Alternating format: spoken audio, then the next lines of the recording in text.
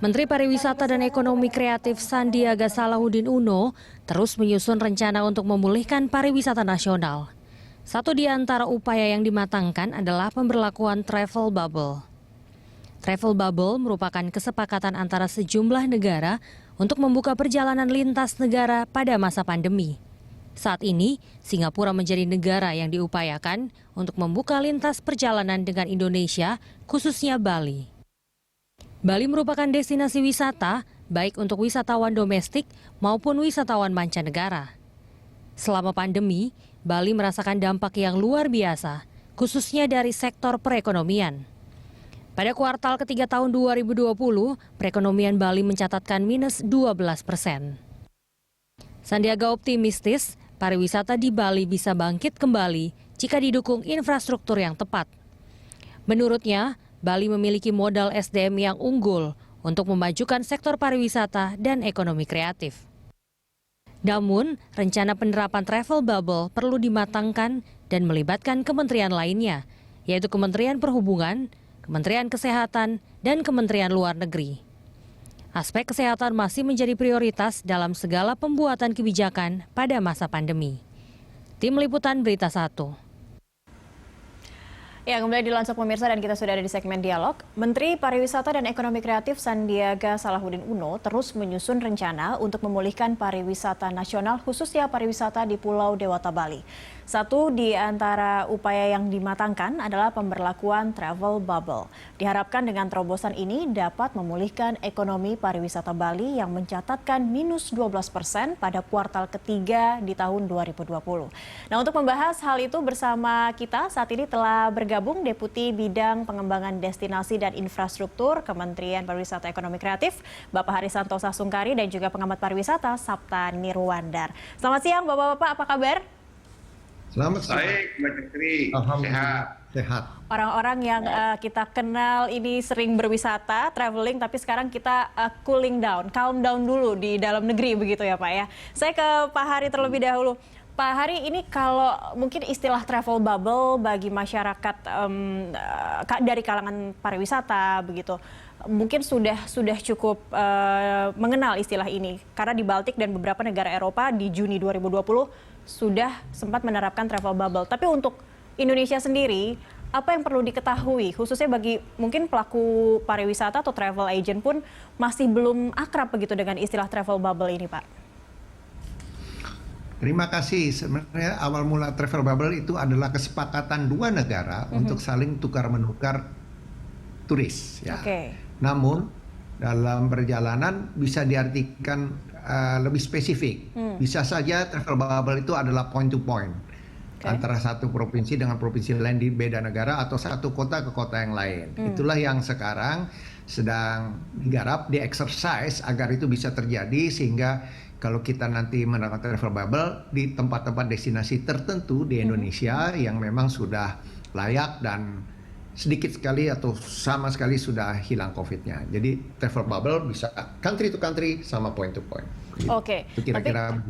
Oke, ini kalau tadi sempat disinggung kalau COVID-nya sudah mereda, sudah mungkin flatten the curve semuanya. Tapi ini bagaimana dengan kondisi Indonesia sendiri yang angka kenaikan kasus positifnya naik terus? Apakah negara-negara ASEAN saja ini sudah bisa membuka pintunya, memberi akses kepada wisatawan Indonesia kalau memang kita ingin mengakses negara-negara yang paling dekat saja gitu dengan Indonesia? Kami lebih berkepentingan mengundang wisatawan asing ke Indonesia, bukan orang Indonesia keluar ya. Nah, makanya saya katakan tadi point to point, di mana yang kasus COVID-nya tidak besar ya, jadi bisa ditekan. Dan ada beberapa lokasi yang memang kasus COVID-nya tidak besar. Dan itu kita harapkan itu yang menjadi point to point travel bubble ya. Contohnya tadi disebutkan Singapura, diharapkan itu bisa nanti dengan Batam dan Bintan. Bali, saya update minggu lalu kami kebetulan di Bali, pas Menteri membuat 2 hari berkantor di Bali, kita berapat dengan komunitas usaha Bali, PHRI termasuk semua, dan Wagub dan juga Bank Indonesia, Angkasa Pura, Garuda, dan kita mengeksersis suatu usulan adanya travel bubble antara China dan Bali hanya kepada Bali dan China, tempat-tempat tertentu yang nanti dengan syarat yang datang sudah divaksinasi. Oke, sudah divaksinasi dan kita juga update begitu ya perkembangan angka dari kasus positif di negara mereka memang terlihat memang sudah menurun gitu untuk masuk ke Indonesia. Baik, Pak Sapta, melihat rencana travel bubble ini yang nampaknya juga sudah diwacanakan semenjak KTT ASEAN di Juni 2020 lalu begitu untuk Indonesia menjadi tempat destinasi dari wisatawan negara-negara asing lainnya. Bagaimana Anda melihat, akankah ada potensinya akan jauh lebih positif yang kita ambil atau ada hal-hal yang lain yang perlu diantisipasi juga oleh Indonesia? Kalau saya melihat ya, travel bubble ini kan namanya bubble ini gelembung yang di dalamnya ada orang-orang yang spesifik di situ, artinya 2 negara atau 3 dan seterusnya. Saya seperti klub saling kerjasama. Dasarnya tentunya adalah kepercayaan dari 2 negara atau 3 negara untuk melakukan kerjasama. Itu yang paling penting. Tapi kalau kita lihat sejarahnya yang dari pandemi ini up and down atau buka tutup. Kenapa? Karena persoalannya bukan soal kerjasamanya. Soalnya si virusnya ini belum selesai. Betul, angkanya juga naik turun. Virusnya ini yang menjadi pokok. Jadi kalau kita mau mengerjakan kerjasama, tentunya harus ini yang menjadi utama. Ya, ini kita lihat aja New Zealand dan Australia itu yang paling hebat New Zealand memang sedikit. Bahkan orang-orang Indonesia di New Zealand 26 Januari kirim foto sama saya. Mereka sudah nggak pakai masker, makan-makan di taman. Tapi Australia belum. Sudah menutup begitu kan ya? Pertnya masih kena COVID ya, bahkan lockdown. Nah itu baru kemarin kita mendengar pengumuman yang drastis. Ini yang drastis negara ASEAN dan ASEAN, yaitu Singapura membekukan bubble-nya, travel bubble-nya dengan Malaysia, yang hampir impossible dengan Malaysia. Karena Malaysia itu dengan Johor Malaysia dengan Singapura itu udah hari-hari itu. Justru mereka banyak jumlah wismannya itu kalau dari Johor. Tetap dibukukan. Nah, belum lagi dengan Korea. Belum lagi dengan Jerman dia berani membekukan juga tuh Singapura. Padahal Singapura ini mohon maaf hidupnya dari orang datang. Kalau orang nggak datang dia nggak bisa hidup tuh. Karena 90% kehidupannya dari itu. Jadi pokok persoalannya lah di COVID. Kita lihat sekarang ini di dunia ini sudah 105 juta yang terpapar. Yang terbesar memang Amerika ya. Mudah-mudahan dengan Joe Biden ini nanti dia akan kurang ya. Orang Minang tuh Joe Biden. Orang Minang.